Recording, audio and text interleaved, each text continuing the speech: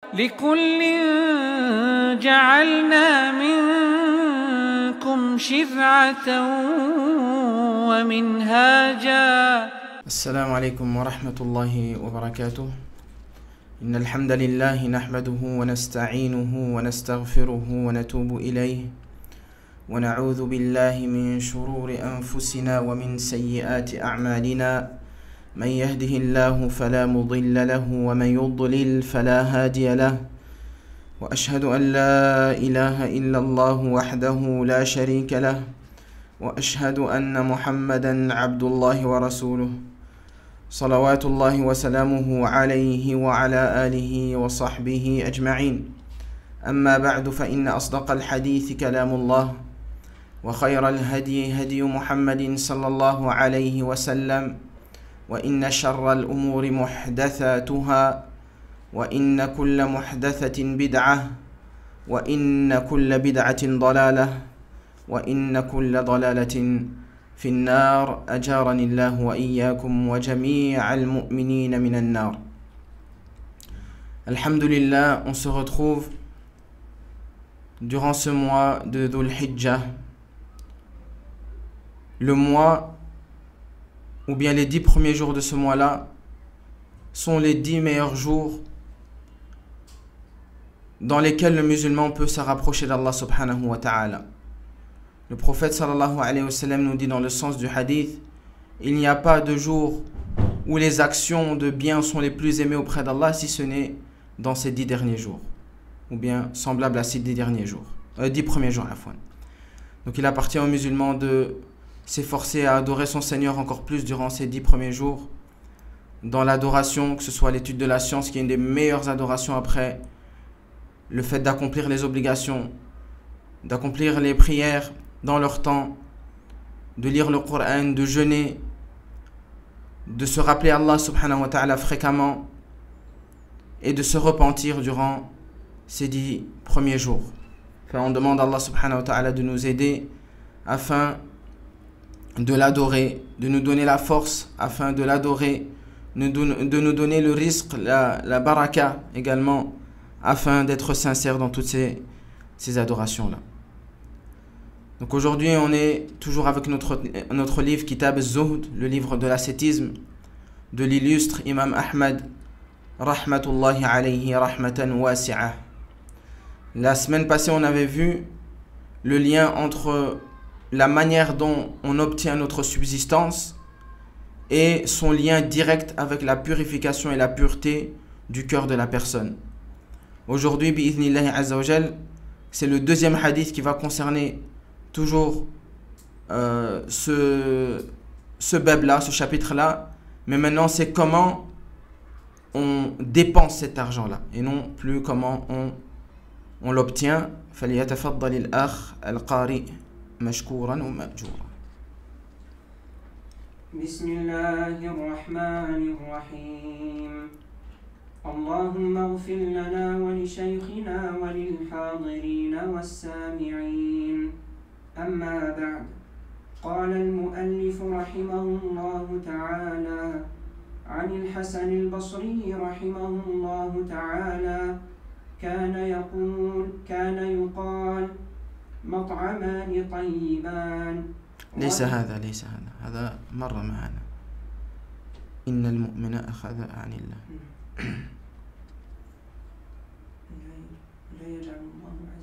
إن المؤمن أخذ عن الله عز وجل أدبا حسنا. ليس عندك؟ طيب، يقول الحسن البصري رحمه الله تعالى: إن المؤمن أخذ عن الله عز وجل أدبا حسنا إذا وسع عليه أوسع وإن أمسك عليه أمسك. Donc selon le Hassan al-Basri rahimahullah ta'ala, il dit: certes le croyant a pris de la part d'Allah subhanahu wa ta'ala un bon comportement. Ainsi, quand Allah subhanahu wa ta'ala lui fait faveur d'un risque ample, il dépense facilement. Et si Allah azza wa jal retient son risque, ça veut dire qu'il diminue son risque, également cette personne-là diminuera ses dépenses. Donc la première chose qu'on peut retirer de ce hadith-là, c'est que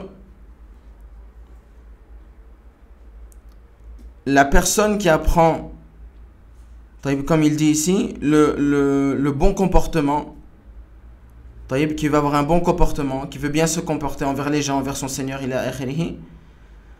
il faut que ce soit selon ce qu'Allah subhanahu wa ta'ala a révélé. Et cela, c'est une règle pour l'ensemble des sujets religieux. Le musulman, quand il veut faire quelque chose, il faut qu'il le prenne des sources de la législation. Le Coran, la Sunna, la compréhension des compagnons, de ces deux révélations-là. Comment on voit cela? Parce que le Hassan al-Basri dit ici, Innal mu'mina akhadha 'anillahi 'azza wa jal. Il dit que le musulman, le croyant, il a pris chez Allah, c'est-à-dire à travers la source, la révélation d'Allah, adaban hasanan, un bon comportement. Ça veut dire que le bon comportement, il n'est bon comportement que parce qu'Allah subhanahu wa ta'ala nous a légiféré ce comportement-là. Ou bien parce qu'Allah subhanahu wa ta'ala nous a révélé que ce comportement-là est un bien, que ce soit dans le Coran ou dans la Sunna du prophète alayhi as-salatu was-salam. Donc ça, c'est une règle générale dans le comportement, et également dans l'ensemble des sujets religieux, c'est qu'on ne dépasse pas la révélation. Que ce soit le Coran, la Sunna, à travers la compréhension des compagnons et de leurs élèves. Ça, c'est un point important. Le deuxième, c'est que le musulman, le mu'min, le croyant, il ne sort jamais de ce cercle de la révélation. Le musulman, il ne sort jamais de ce cercle de la révélation. Alors quelqu'un peut me dire, mais dans la religion, on a ce qu'on appelle al-ijtihad ou al-qiyas, l'effort d'interprétation, ou l'analogie. Comment on pourrait comprendre que dans notre religion, parmi les preuves religieuses, c'est qu'il y a l'ijtihad, l'effort d'interprétation. C'est-à-dire qu'il n'y a pas de texte et la personne fait un effort d'interprétation. Ou bien al-qiyas, c'est-à-dire que la personne, elle fait une analogie sur des questions religieuses, parce qu'il n'y a pas de texte. Quand on parle de l'ijtihad ou on parle de l'qiyas, est-ce que la personne, elle part de zéro de sa pensée à elle, de sa raison à elle pour arriver au but? Non.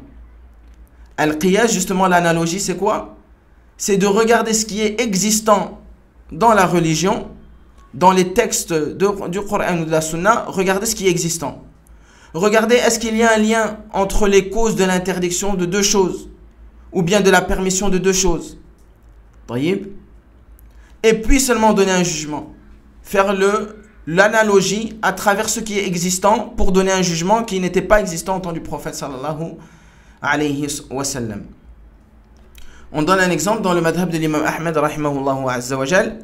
Il est recommandé que celui qui rentre dans la mosquée, en rentrant à la mosquée, il fait at-tasawwuk.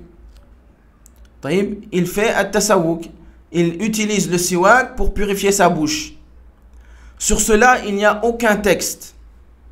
Il n'y a pas de texte sur cette question-là. Walakin, qu'est-ce qu'il a fait l'imam Ahmed? Qiyasan lidukhulihi al-manzil ajaza dhalik. Ajaza dhalik. Il a fait un qiyas, une analogie entre la manière dont le prophète sallallahu alayhi wa sallam rentrait à la maison, comme Aïcha le disait, kana yabda'u bis-siwak. Il commençait dès qu'il rentrait à la maison par at-tasawwuk, le fait d'utiliser le siwak. Et donc l'imam Ahmed, rahimahullah azza wa jal, il a fait le qiyas. Comme à la maison, le prophète sallallahu alayhi wa sallam le faisait, min babi awla, la mosquée qui est un endroit plus sacré que la maison, alors il s'est dit, qiyasan, par analogie envers ce qu'il faisait à la maison, il a également recommandé de faire ça en rentrant à la mosquée. Ça, c'est un exemple. Donc, le qiyas ou l'ijtihad, c'est pas à partir de la raison de la personne. C'est à partir des textes existants, on va regarder les causes des textes, les causes de l'interdiction, les causes de la permission, et on va regarder est-ce que ça match, est-ce que ça rejoint la nouvelle question. Et seulement avec cela, avec ces connaissances-là, on va donner un jugement religieux. Donc le musulman, le mu'min, il reste toujours dans hudud al-shar'. Il reste toujours dans les cercles de la législation. Et il n'en sort jamais. Et Allah subhanahu wa ta'ala, pour montrer que cela fait partie d'une preuve de piété, d'une preuve de zuhd, d'une preuve d'ascétisme, d'une preuve de bonne compréhension de la religion, il dit ذَلِكَ وَمَنْ يُعَظِّمْ شَعَائِرَ اللَّهِ فَإِنَّهَا مِنْ تَقْوَى الْقُلُوبِ.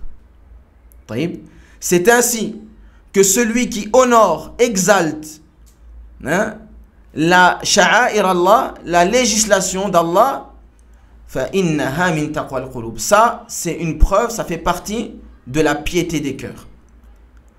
Donc la piété, az-zuhd, la purification de cœur fait partie de ça, le fait de rester dans ce cercle-là, de rester dans le cercle de la législation, ash-shara', et de ne pas y sortir. Et fait justement partie des causes de maladie du cœur, et des saletés du cœur, le fait de sortir de cette législation. Que ce soit dans les croyances, dans les actions cultuelles, le fiqh, mais également dans le fait d'utiliser des preuves. On utilise les preuves de la législation pour appuyer un sujet, ou bien appuyer une croyance, ou appuyer un avis. On ne va pas chercher chez les orientalistes, ou bien chez un non-musulman qui a dit une parole. Là, on reste toujours, ou bien même une personne de l'innovation, qui s'est égaré dans une compréhension. Non, nous on essaie de toujours rester dans da'iratu ash-shara', dans le cercle de la législation. Et ça c'est une faïda qu'on retire de ce hadith-là. Al-Hasan al-Basri dit « Inna al-mu'mina akhadha anillah adaban hasana ». La deuxième chose, ou c'est la troisième chose, on voit ici al-rabt, le lien, al-alaqa, bayn al-imani wal-akhlaq al-hamida. On voit le lien étroit entre l'iman, la foi, et les bons comportements. On voit le lien étroit entre la foi et les bons comportements. Normalement, le musulman qui augmente sa foi, qui augmente sa piété, qui augmente sa proximité vis-à-vis d'Allah subhanahu wa ta'ala, qu'est-ce qui augmente également chez lui? Ses bons comportements. Et qu'est-ce qui diminue chez lui? Ses mauvais comportements. Le prophète sallallahu alayhi wa sallam, il dit selon le sens, celui qui sera le plus proche de moi le jour du jugement, c'est celui qui aura eu le meilleur comportement ici-bas. Ça c'est un fadl azim, c'est un bienfait immense que d'être le plus proche du prophète sallallahu alayhi wa sallam. Et celui qui sera le plus proche du prophète sallallahu alayhi wa sallam, est-ce que ça veut dire qu'il avait une foi forte ou une foi faible? Une foi faible, afwan. Elle était forte. Mais sa foi forte, elle a engendré quoi? Il avait un comportement, un des meilleurs comportements. Et c'est ce qui a fait qu'il a atteint un haut degré. Donc le lien étroit qu'il y a, et les textes comme ça, on peut rester jusque demain, où le prophète sallallahu alayhi wa sallam parle de l'khuluq, comme il dit « Innama bu'ithtu li'utammima makarim al-akhlaq » J'ai été envoyé sur terre que afin de parfaire vos comportements, ou les meilleurs comportements. Comme s'il a restreint son message au fait de parfaire les bons comportements. Donc le bon comportement, il est immense dans cette religion-là. Sa place, elle est immense, elle est très importante. Fait partie de la bonne compréhension du bon comportement, parce que les gens, quand on parle de bon comportement, on entend quoi? Être souriant avec les gens, être facile à vivre, avoir des bonnes paroles, aider les gens, que ce soit physiquement, également financièrement, tout ça c'est des bons comportements qu'on connaît. Walakin, le bon comportement, ça c'est pas celui-là qui est voulu en premier. Le bon comportement, il va se diviser en plusieurs choses. Et le bon comportement le plus important, c'est le bon comportement que tu as envers ton Seigneur. Ah, ça, on n'a pas fait attention. Quand on parle de l'adab, du bon comportement, on ne parle pas seulement de al-alaqa baynana, la relation entre les êtres humains. La première relation qui va engendrer la bonne relation ensuite, c'est l'alaqa baynaka wa bayna rabbik. C'est ta relation, toi, vis-à-vis de ton Seigneur. Comment tu vas unifier Allah subhanahu wa ta'ala dans tes adorations? Comment tu vas être sincère vis-à-vis d'Allah subhanahu wa ta'ala dans tes adorations? Comment tu vas t'efforcer à te fatiguer dans les adorations pour plaire à Allah subhanahu wa ta'ala, pour lui montrer que tu l'aimes, pour que tu lui montres que tu veux son paradis, tu veux sa rencontre, tu veux voir son visage le jour du jugement. C'est la première alaqa qu'il faut avoir. Notre sila, notre lien envers nous et notre Seigneur. Et quand on regarde les arkan de l'islam, c'est quoi qui vient comme amal en premier? C'est as-salat. Subhanallah. Le premier pilier d'action qui vient dans les 5 piliers de l'islam, c'est la prière. Ça montre que le premier lien, le premier bon comportement qu'on doit avoir, c'est vis-à-vis d'Allah subhanahu wa ta'ala. Parce que la prière, c'est le lien qu'on a entre le serviteur et son Seigneur. Taïb. Ensuite vient al-alaqa bayna al-ibad. Ensuite vient le lien et le bon comportement envers les créatures, les serviteurs d'Allah subhanahu wa ta'ala. Et le troisième pilier, ou bien le deuxième pilier amali, d'action qui vient après la salat, c'est quoi? Az-zaka. Et az-zaka, c'est quoi? C'est le lien, renforcer le lien, l'amour, l'entraide entre les créatures. Taïb. Donc ça, c'est le bon comportement. Quand on parle de bon comportement, on parle de ça, ces deux choses-là. Le lien vis-à-vis d'Allah, le bon comportement vis-à-vis d'Allah. Celui qui adore autre qu'Allah, qui invoque autre qu'Allah. Est-ce qu'on dit qu'il a un adab hassan? Il a un bon comportement? Là, il a fait preuve de mauvais comportement vis-à-vis de son Seigneur tabaraka wa ta'ala. Taïb. Également celui qui innove dans la religion d'Allah subhanahu wa ta'ala. Est-ce qu'il a fait preuve de bon comportement vis-à-vis d'Allah? Non. Allah subhanahu wa ta'ala dit Al-yawma akmaltu lakum dinakum. Aujourd'hui, j'ai parachevé pour vous votre religion. Elle est kamila. Elle est parfaite, parachevée, plus rien à ajouter, plus rien à enlever. Celui qui dépasse cette limite-là, ça montre un mauvais comportement envers son Seigneur et ça montre c'est également une preuve de manque de piété. On voit ça où? On a cité la parole d'Allah. Dhalika wa man yu'azzim sha'air Allah. C'est comme ça qu'on voit la personne, est-ce qu'elle fait preuve de piété.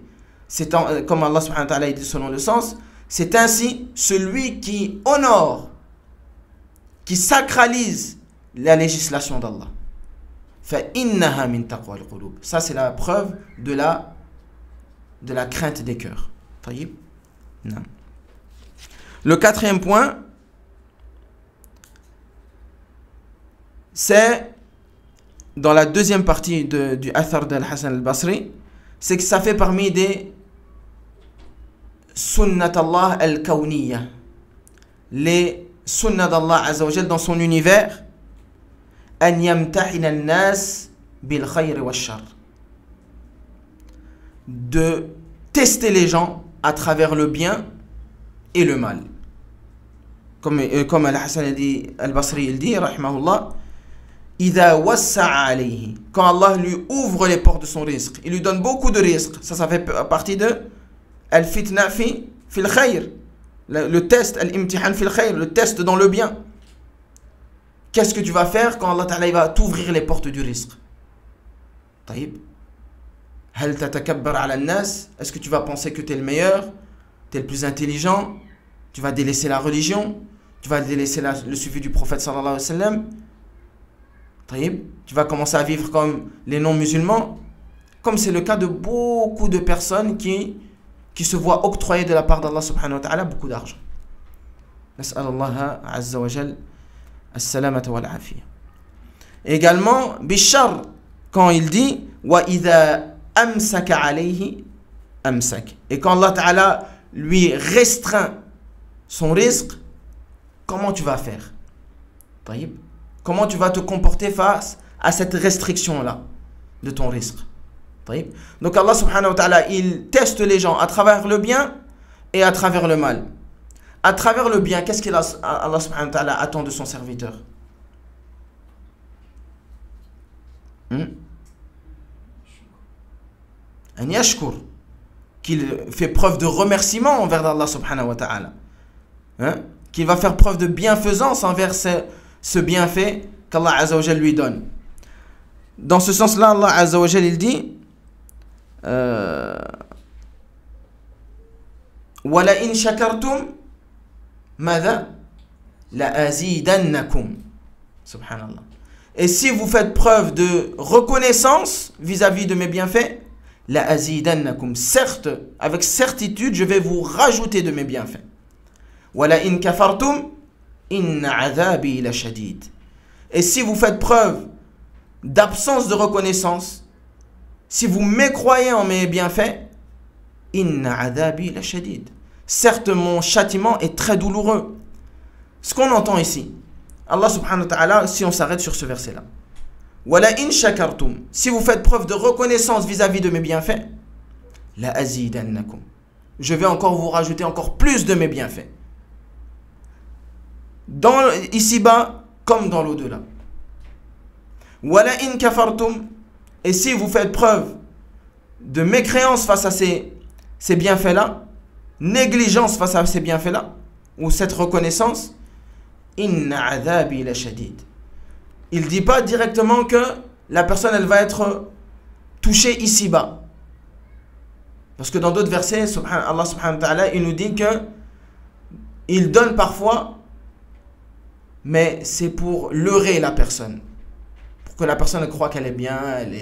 Et puis, qu'est-ce qu'il dit? Inna adhabi la shadid. C'est le jour du jugement où tu vas recevoir ta vraie récompense.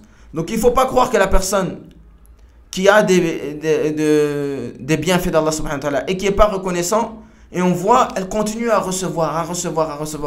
On peut se dire, alors ça veut dire que c'est Allah subhanahu wa ta'ala, il aime cette personne-là, même si elle fait des mauvaises choses. Non. C'est un imhal, c'est un retardement d'échéance. Numatti'uhum qalila. On les laisse profiter un petit peu dans cette vie-là.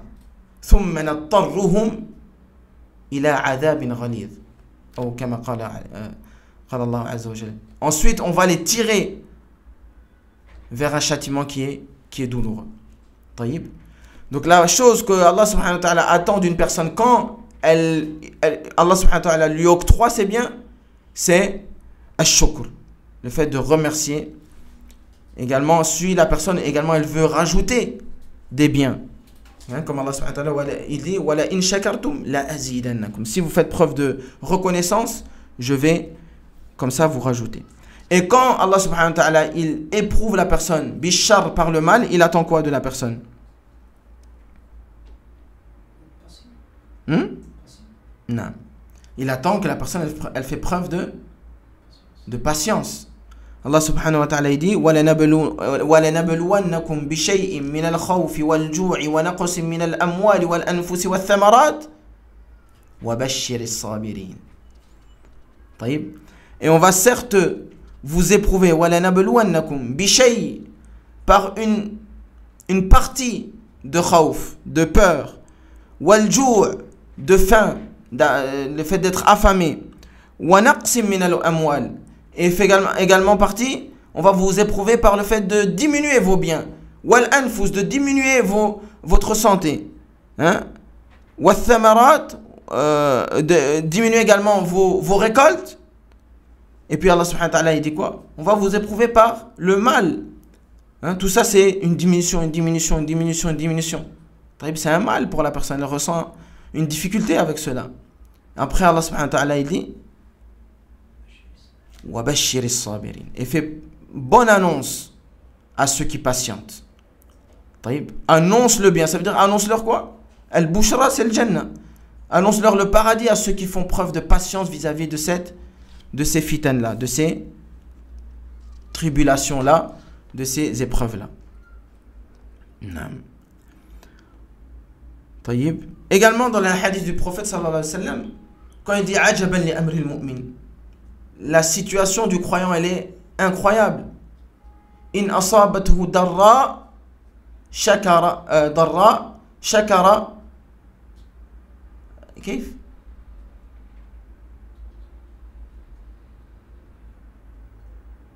إن أصابته سراء شكر فكان خيرا له وإن أصابته ضراء صبر فكانت خيرا له أو كما قال عليه الصلاة والسلام.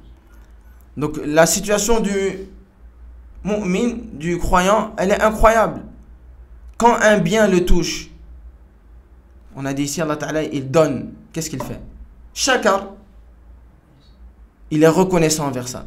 Et ce sera un bien pour lui. On voit le bien qu'il y a ici. Et quand un mal le touche, sabar, il patiente face à cela. Fakanat khayran lahu. Et ça c'est également un bien pour lui, parce qu'Allah subhanahu wa ta'ala lui annonce le paradis. Tayyib. Naam. Ensuite, la dernière partie qu'on peut retirer, idha wassa alayhi awsa. Ça c'est la manière de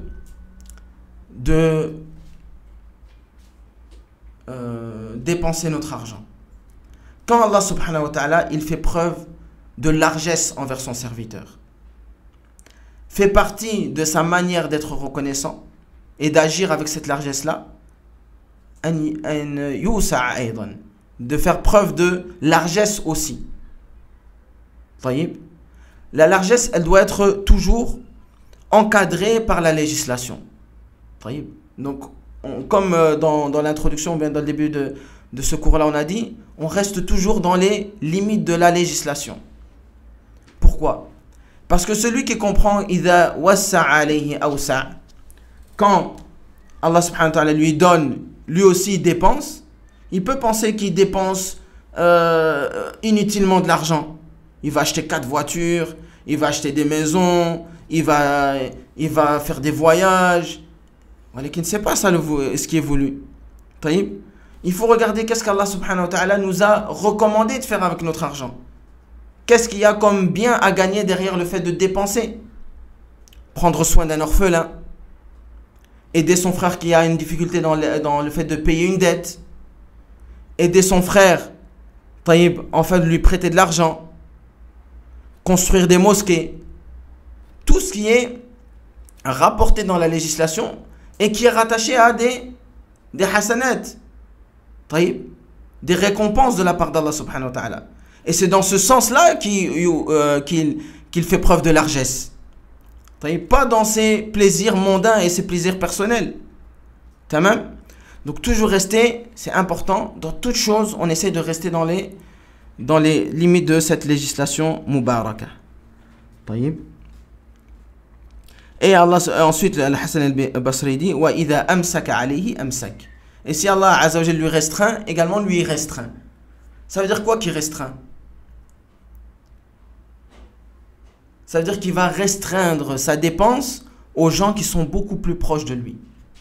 Quand il a de l'argent, il va donner à ses proches, à ses moins proches, aux gens plus loin. Il va être plus large dans ses dépenses et dans le fait d'aider ses frères. Taïb.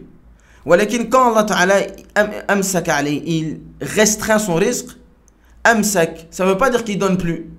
Ça veut dire qu'il va se contenter à donner aux personnes al-aqrab fal-aqrab, aux plus proches de lui, il donne. Taïb. Mais ça n'existe pas une personne qui fait preuve de bukhl, d'avarice, qui donne pas même s'il a un peu. Taïb. Allah Ta'ala il m'a amsaka alayhi, Allah il m'a restreint, alors je donne plus à personne. Taïb. Non, si tu as de quoi donner à quelqu'un, donne. Taïb. Mais commence par al-aqrab fal-aqrab, le plus proche, ensuite le plus proche. قال الحسن البصري رحمه الله تعالى لا يجعل الله عز وجل عبدين سواء عبد أتى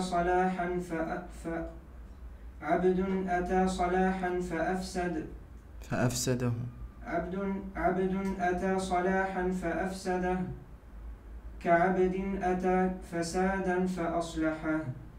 نعم.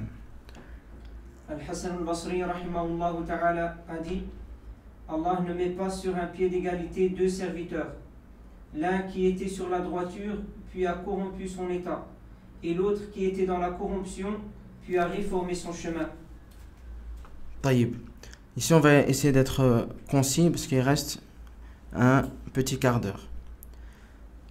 Taïb. Ici Al-Hassan al-Basri rahimahullah ta'ala, il nous dit qu'Allah il ne met pas sur un même pied d'égalité deux serviteurs. Ce qu'on peut résumer à celui qui est bien et celui qui fait preuve de piété et celui qui fait preuve de perversité. Ils ne sont pas égaux. Ils ne sont pas égaux auprès d'Allah subhanahu wa ta'ala. Allah azza wa jalla nous dit dans une ayah: هل نجعل الذين آمنوا وعملوا الصالحات كالمفسدين في الأرض أم نجعل المتقين كالفجار. Allah azza wa jalla, il pose une question, c'est une question inkari, c'est une question pour dire ils sont pas égaux. هل نجعل الذين آمنوا وعملوا الصالحات, est-ce qu'on va placer sur un même pied d'égalité الذين آمنوا, ceux qui font preuve d'une bonne foi, d'une bonne croyance, وعملوا الصالحات, et qui font des actions en concordance avec la législation du prophète sallallahu alayhi wa sallam, كالمفسدين في الأرض, est-ce qu'ils sont égaux ces gens-là à ceux qui répandent la corruption sur la terre? Et al-mufsiduna fil ard, c'est pas seulement les gens qui font des péchés, c'est également les gens qui font les innovations. Ceux par exemple qui ont été la cause du fait qu'il y a des révolutions en Tunisie, en Égypte, les gens, il y avait le fasad, c'était la corruption totale, c'était le désordre total. Hada, c'est des mufsidun fil ard, c'est des gens qui amènent le fasad, la corruption, le désordre sur la terre. Donc l'ifsad, c'est pas seulement dans le ma'asi, c'est pas seulement dans les péchés, également dans les bid'a, dans les innovations qui ne sont pas de notre religion. Taïb. Donc est-ce qu'Allah subhanahu wa ta'ala il va mettre ceux qui croient bien, correctement, qui font des actions en concordance avec la législation du prophète, quel mufsidina fil ard, il va les placer sur un même pied d'égalité que ceux qui sèment la corruption, le désordre sur la terre? Ou bien est-ce qu'il va le mettre sur un même pied d'égalité al-muttaqoun, ceux qui font preuve de piété, ça veut dire qu'ils font des actions, ils font des actions, des ibadat, des actions pour se rapprocher d'Allah subhanahu wa ta'ala, toujours sous la lumière de la législation, ala nourim min Allah, afin de le rencontrer dans les meilleures conditions, qu'il soit satisfait d'eux. Ça c'est le muttaqoun. Est-ce qu'on va les mettre sur un même pied d'égalité, ceux-là qui font ça matin et jour et nuit, qui se fatiguent dans cela, au même pied d'égalité qu'al fujjar, ceux qui font des péchés jour et nuit, qui craignent pas Allah subhanahu wa ta'ala, qui ne font pas attention à ce qu'ils vont récolter pour le jour du jugement, pour leur tombe. Laysu sawa, ils sont pas sur un même pied d'égalité. Taïb. Également, ce qu'on comprend de ce hadith-là, Al-Hassan ou l'Athar d'Al-Hassan al-Basri, il dit Abdun ata salahan. Abdun, un serviteur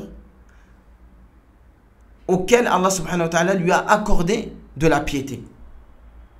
Fa'afsadahu. Et il a perverti sa piété. Donc Allah azza wa jalla lui avait accordé un bienfait, sa piété, la piété, at-taqwa, salah. فأفسده بأعماله ونياته.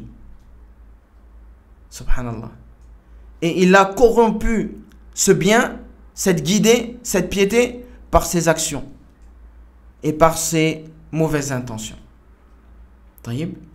Ce qui fait qu'il est passé de salah al-fasad.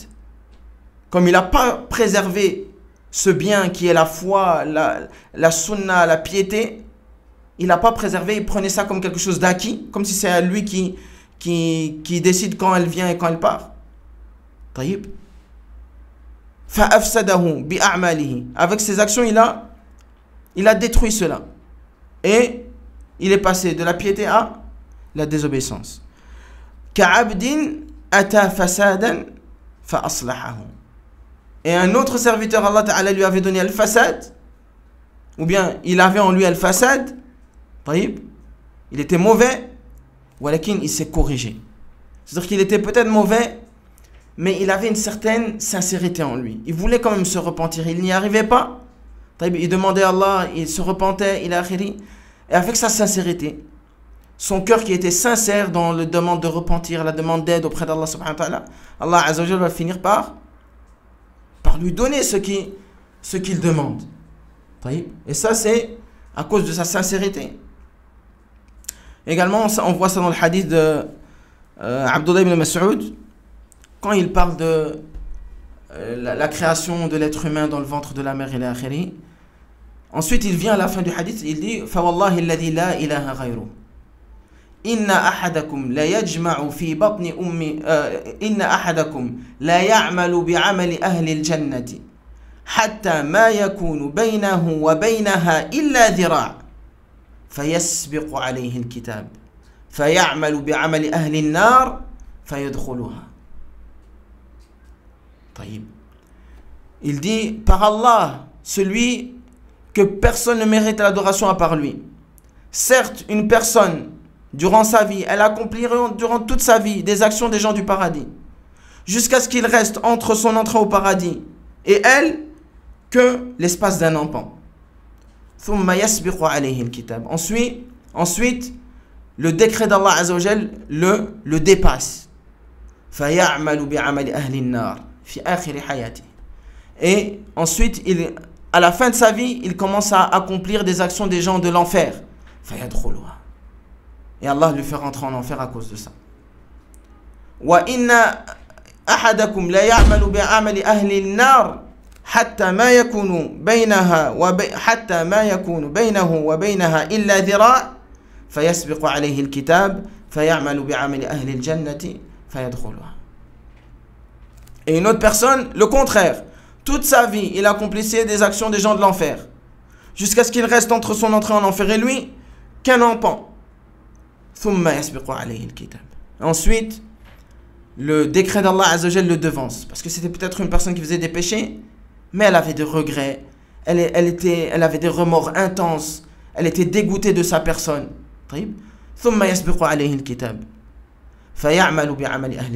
Et ensuite, il commence à la fin de sa vie de faire des actions des gens du paradis. Et Allah Azza wa Jal lui fera rentrer au paradis. Donc ça nous montre l'importance de faire attention chaque jour, chaque instant, et de ne pas prendre notre guidée, notre foi, pour quelque chose de gratuit, de quelque chose qui est acquis. La wallah. Le prophète sallallahu alayhi wa sallam lui-même à la fin, pendant toutes ses prosternations, dans ses prosternations, il demandait Allahumma ya muqallib al-qulub. Alors que lui, il savait déjà qu'il allait au paradis. Il savait déjà que ses péchés étaient pardonnés, passé, futur, quoi qu'il fasse. Mais il était toujours insistant. Allahumma ya muqallib al-qulub, thabbit qalbi ala dinik. Oh Allah, celui qui retournait les cœurs, raffermis mon cœur sur ta religion. Allahumma ya musarrif al-qulub, sarrif qalbi ila ta'atik. Oh Allah, toi qui fais tourner les cœurs, dirige mon cœur vers ton adoration ou vers ton obéissance. C'est le prophète sallallahu alayhi wa sallam. C'est pas moi ni vous. Non.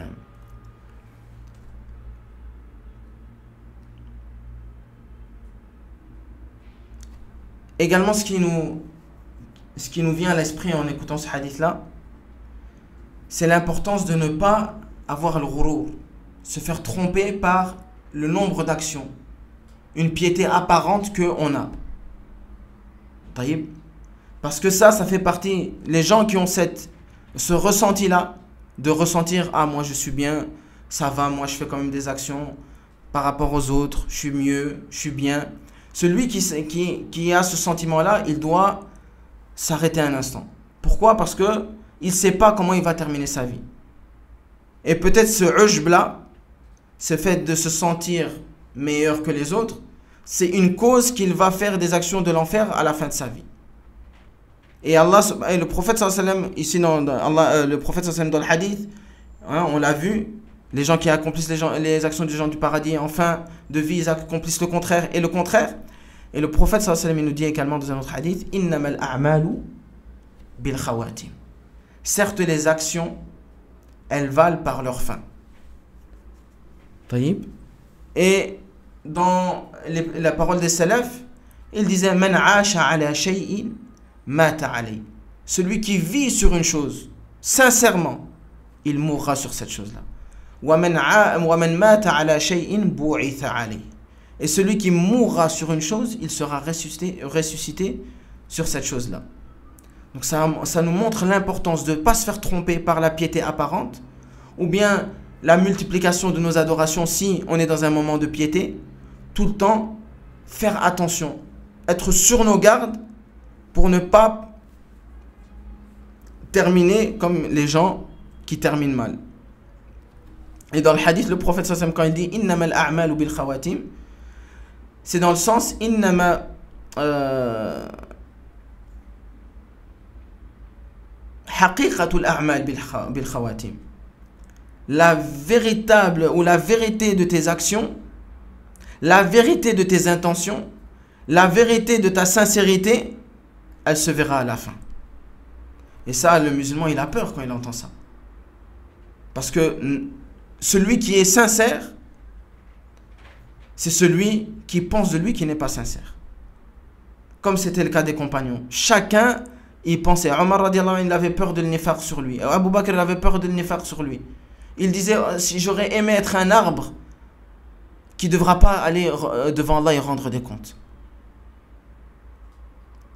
Ils avaient tous peur de rencontrer Allah. Ils avaient tous peur d'être des hypocrites. Et ça, c'est un signe de sincérité. Tandis que celui qui pense et qui croit qu'il est sincère, ça, c'est un signe, wal'iyadu billah, de manque de sincérité. Donc, le musulman qui sait que la vérité de ses actions, elle va apparaître à la fin de sa vie, lui, il ne sait pas comment il va être à la fin de sa vie. Parce que peut-être, subhanallah al-adim, la fin de la vie, c'est pas quand t'es mourant. C'est peut-être que tu es en train de faire une action au moment T, c'est la fin de ta vie, toi tu sais pas.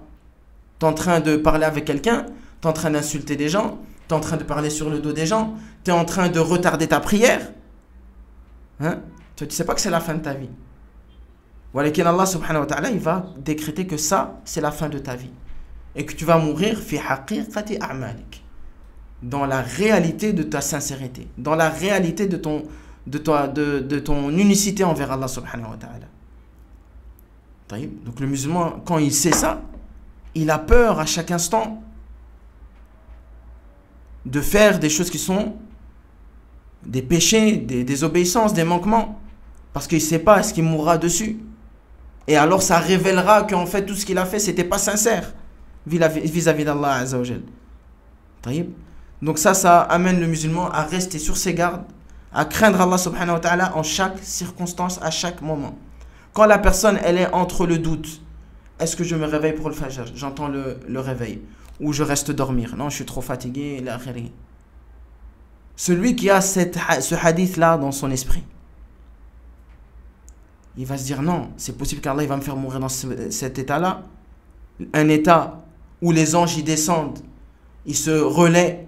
C'est le moment où les anges se relaient. Les gens de la nuit remontent. Et Allah subhanahu wa ta'ala il demande Kayfa taraktum ibadi, comment vous avez laissé mes serviteurs? Ils vont dire ah, on l'a laissé en train de dormir. Et c'est à ce moment-là qu'Allah subhanahu wa ta'ala il vient reprendre ton âme. Ça montre haqiqatu fasad an-niyya. Ta niya elle n'était pas bonne, ta sincérité elle n'était pas bonne. Allah il peut pas te reprendre ton âme si c'était pas ton habitude d'être assidu à cela. Donc le musulman qui sait ça, quand il est entre le choix faire ça ou faire ça, est-ce que je me fatigue pour l'au-delà ou est-ce que je fais preuve de négligence vis-à-vis de ça, il a peur qu'Allah subhanahu wa ta'ala le reprenne dans cet état-là. Taïb.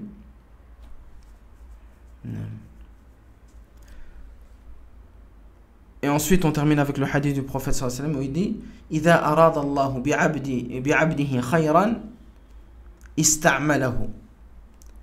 Lorsque Allah Azza wa Jalla, il veut pour son serviteur un bien, ista'malahu, il l'utilise. Qalu, kayfa yasta'miluhu? Les sahaba ont dit, comment Allah Ta'ala peut utiliser son serviteur?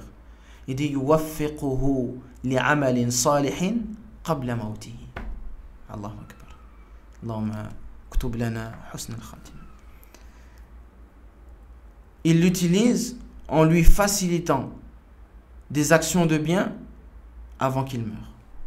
Ça, c'est une preuve qu'Allah subhanahu wa ta'ala, il a voulu du bien pour son serviteur. C'est une preuve que le serviteur, il était pieux, il était sincère. Et subhanallah, on a peur, on craint pour nos personnes, pour nous-mêmes, pour notre avenir, vis-à-vis de notre rencontre vis-à-vis d'Allah subhanahu wa ta'ala, qu'il nous fasse mourir dans une situation de dhul, d'humiliation, de péché, de manquement, de désobéissance.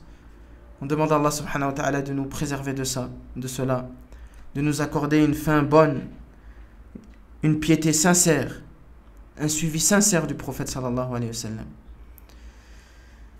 Allahumma amin, Allahumma amin.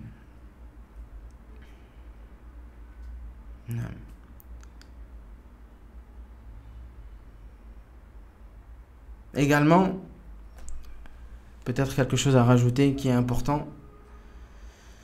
La ilaha illallah. La ilaha illallah. La ilaha illallah. La ilaha illallah. La ilaha illallah. Également, ce qui nous montre si on est sur le bon chemin ou si on fait preuve, ou bien si on est sur un chemin, une pente glissante, c'est la parole d'Allah Azza wa Jal où il dit ذَلِكَ بِمَا قَدَّمَتْ يَدَاكَ وَأَنَّ اللَّهَ لَيْسَ بِظَلَّامٍ لِلْعَبِيدِ. Cela, c'est en fonction de ce que tes mains ont récolté. Et Allah n'est certainement pas injuste envers ses créateurs, envers ses serviteurs. Et ensuite Allah subhanahu wa ta'ala, il nous montre l'exemple. Il nous montre comment on peut voir que ce qu'on fait avec nos mains, c'est un signe de bien, de volonté de bien d'Allah pour son serviteur, ou une volonté d'égarement, de délaissement. La suite, وَمِنَ النَّاسِ مَنْ يَعْبُدُ اللَّهَ عَلَى حَرْفٍ. La ilaha illallah. Allah Azza wa Jalla nous dit وَمِنَ النَّاسِ مَنْ يَعْبُدُ اللَّهَ عَلَى حَرْفٍ. اللهم اغفر لنا يا رب. اللهم اغفر لنا يا رب. Et il y a parmi les gens des personnes qui adorent Allah ala harf. Ala harf, ça peut avoir deux sens. Mujahid, Qatada, il nous dit ala shak. Ils adorent Allah en doutant. Et le doute, il n'est pas toujours perceptible par la personne. Une personne qui a peur de son risque, ça fait partie du doute. Il doute de la puissance d'Allah subhanahu wa ta'ala. Il doute de la capacité d'Allah Azza wa Jal de l'enrichir. C'est un doute. Ta'budullah ala shak. T'adores Allah selon un doute. Tu as peur de le faqr, de ta subsistance. Tu as peur de ce que tes parents ils vont dire. Tu as peur de la société, qu'est-ce qu'elle va dire. Tu ne places pas ta confiance en Allah. Tu as peur de perdre ton travail. Subhanallah. Tu adores Allah Azza wa Jalla. Hal tashukku fillah. Tu as un doute sur la capacité qudratullah, sur la surpuissance d'Allah, sur la capacité d'Allah Azza wa Jalla de faire ce qu'il veut dans n'importe quelle circonstance. Wa min an-nas man ya'budu Allah ala harf. Et à chaque ici, le doute, c'est pas quelque chose de très visible. Parfois, c'est quelque chose de marfi qui apparaît seulement dans certaines situations.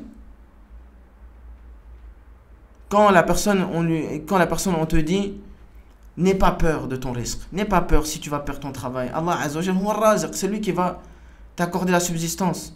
Et tu ressens en toi le doute. Non, c'est pas possible, c'est pas comme ça, ça va pas aller. Tu doutes d'Allah, tu doutes de la parole d'Allah, tu doutes de la parole du prophète sallallahu alayhi wa sallam. Quand on te dit, pars dans des pays musulmans, hajir fi sabilillah. Tu dis, oui, mais j'aurai pas d'argent, j'aurai pas de travail. Tu doutes la parole d'Allah. Ta'budullah ala shak, ala harf. Allah Azza wa Jalla dit, wa man yuhajir fi sabilillah, yajid fi al-ard maghanima kathira wa sa'a. Celui qui fait la hijra pour Allah, il trouvera sur terre, Allah lui donnera beaucoup de biens.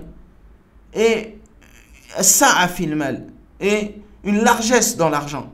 Tashouk fillah, ta'budallah ala harf. Quand le prophète sallallahu alayhi wa sallam il dit qu'Allah Azza wa Jalla il vient en aide à celui qui veut se marier, et toi tu dis non, j'ai pas encore beaucoup d'argent, j'ai pas encore rassemblé cette somme là, tashouk fi kalami rasulillah sallallahu alayhi wa sallam. Et donc on remarque que c'est là ici quand on dit ta'budullah ala harf, ala shak, c'est pas quelque chose qui est toujours visible. Tu doutes comme ça, un doute. Non, parfois c'est des choses qui sont cachées, qui apparaissent seulement dans certaines situations. Tashouk fillah, tu doutes de la qudratullah, de la capacité d'Allah, de la toute puissance d'Allah. Quand tu es en face d'un péché, tu es seul toi, entre toi et Allah subhanahu wa ta'ala. Tu entraves le haram comme ça, comme si de rien n'était. Est-ce que tu ne sais pas qu'Allah il te voit? Quand tu es devant les gens, tu fais preuve de piété visible. Hein? Yastaghfouna minan nas. Devant les gens, tu fais preuve de piété parce que tu as peur qu'ils voient le mal de toi. Wala yastaghfouna min Allah. Et quand tu es entre toi et Allah, tu prends tous les péchés que tu peux prendre. Wa huwa ma'ahum idh yubayitun ma la yarda min al-qawl. Et alors qu'Allah Azza wa Jalla, à chaque moment, il est avec vous. À chaque instant, quand vous faites des choses qui ne sont pas bien. Hal ta'budullah ala shak, ala harf. Tashouk fi nadharillah. Est-ce que tu as un doute sur le fait qu'Allah il te voit dans chaque circonstance? Et une deuxième explication de ta'budullah ala harf, c'est ta'budullah ala taraf. C'est-à-dire que tu adores Allah, mais très peu. Tu fais très peu d'adoration. Tu fais très peu d'actions surrogatoires. Tu fais très peu de prières surrogatoires. Tu fais très peu de jeûnes surrogatoires. Tu fais très peu preuve de comportement surrogatoire vis-à-vis de ta femme, vis-à-vis de tes enfants, vis-à-vis de tes parents. Tu t'arrêtes juste à l'obligation. C'est aussi un signe de mal.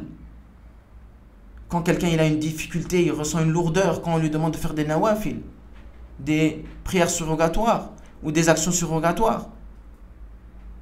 Alors que ça, c'est des actions qui amènent Allah Azza wa Jalla à nous aimer. Taïb. Al-Muhim.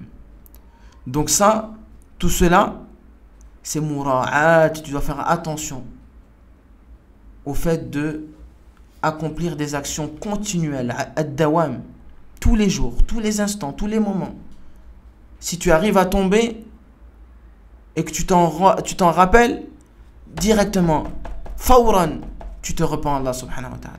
Parce que tu sais pas, peut-être c'est justement là, alhamdoulilah, que tu as pu te repentir et Allah il va te faire mourir juste après. Taïb. Donc le musulman, toujours il est sur ses gardes.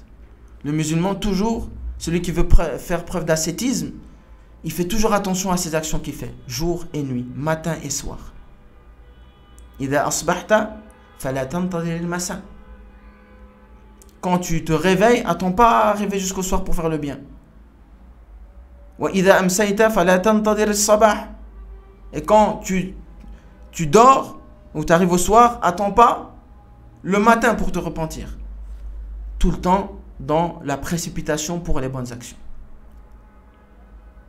Tout le temps dans la précipitation pour les bonnes actions. Donc ça, ce qu'on aura retiré de ce hadith là, c'est que le musulman, il ne se laisse pas tromper par ses actions apparentes. Parce qu'il ne sait pas est-ce que cela va durer jusqu'à la fin de sa vie. Et comment Allah subhanahu wa ta'ala va reprendre son âme à la fin de sa vie. Parce que l'ibra, la vérité de tes actions, elle va apparaître à la fin de ta vie. Et je vais terminer avec une histoire. Avant, d'abord, je fais la conclusion, le résumé. Ça, et également, faire attention aux choses qui nous montrent que là, on est sur une pente glissante ou pas. Comme on a dit, وَمِنَ النَّاسِ مَنْ يَعْبُدُ اللَّهَ عَلَى حَرْفٍ إِمَّا عَلَى شَكٍّ إِمَّا عَلى طَرْفٍ. Il y a des gens qui adorent Allah ala harf, ça veut dire soit en doutant, soit ils adorent un tout petit peu.